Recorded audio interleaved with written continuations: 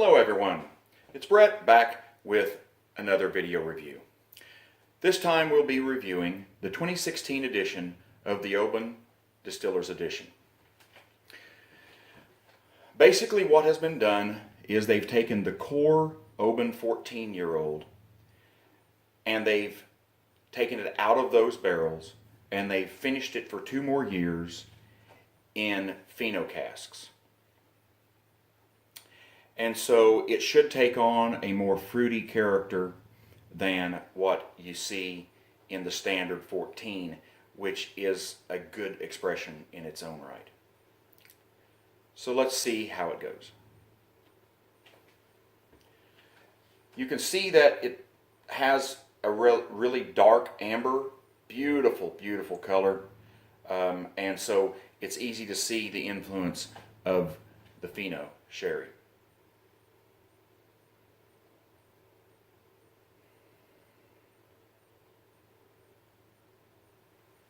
On the nose, you get this beautiful, beautiful dark malt bread, baked bread.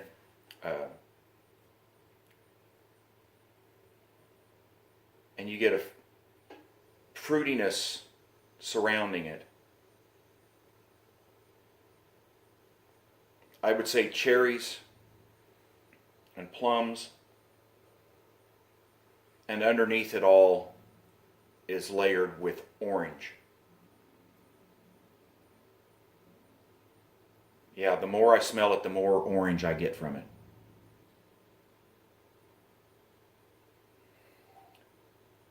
There might be just a tiny bit of smoke in it, but it's very subtle. Beautiful nose, absolutely gorgeous.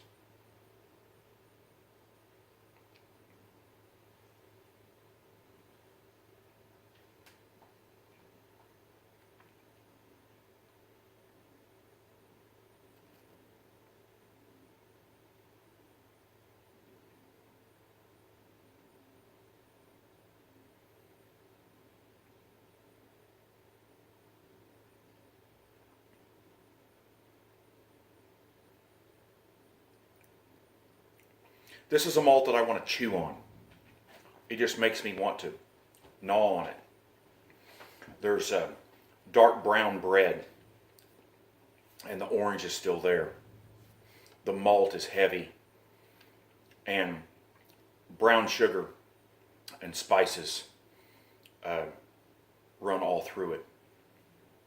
This is an absolutely fantastic palate.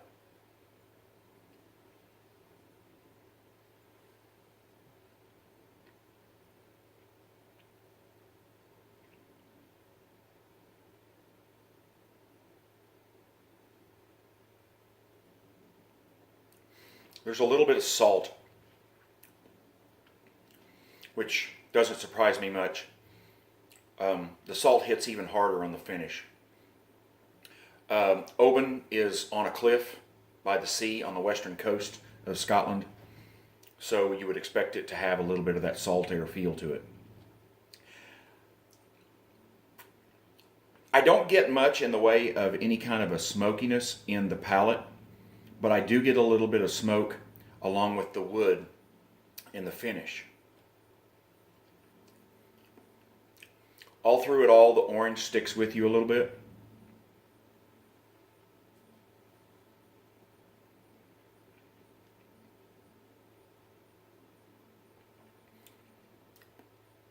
But sweet, chewy bread is one of the things that I get out of it an awful lot.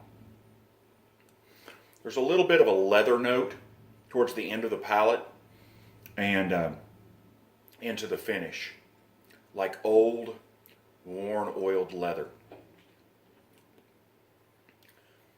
It fits it well. This is an absolutely excellent dram. This isn't the first time I've tasted it. I've had it before. But analyzing it alone like this is slightly different for me. I can tell you that my personal opinion of this, which is completely reinforced by this tasting of it, I haven't had it in a couple of months now. Is that I don't ever want to be without this in my cabinet. For me, this is a must-have representation of the Highland style of Scotch. I believe it's one of the best values out there. I believe I paid about $88 for this. And for what it is, it's worth absolutely every penny. I would recommend this to anyone who likes Scotch. It would hold one of my highest ratings. There's very few bottlings that reach the 90 mark for me. But I would say, for me, this is right at 89 to 90. Its only failing for me is that the fruit character of the Fino cask doesn't carry all the way through strong enough in the palate. It could be even better if some of that carried into the palate and the finish a little stronger. But that's more of a personal preference. Overall, the balance of this is fabulous, and I would recommend it to all of you to try at least once. Hope that's helpful, and I hope that some of you will give it a try. Everybody have a good day.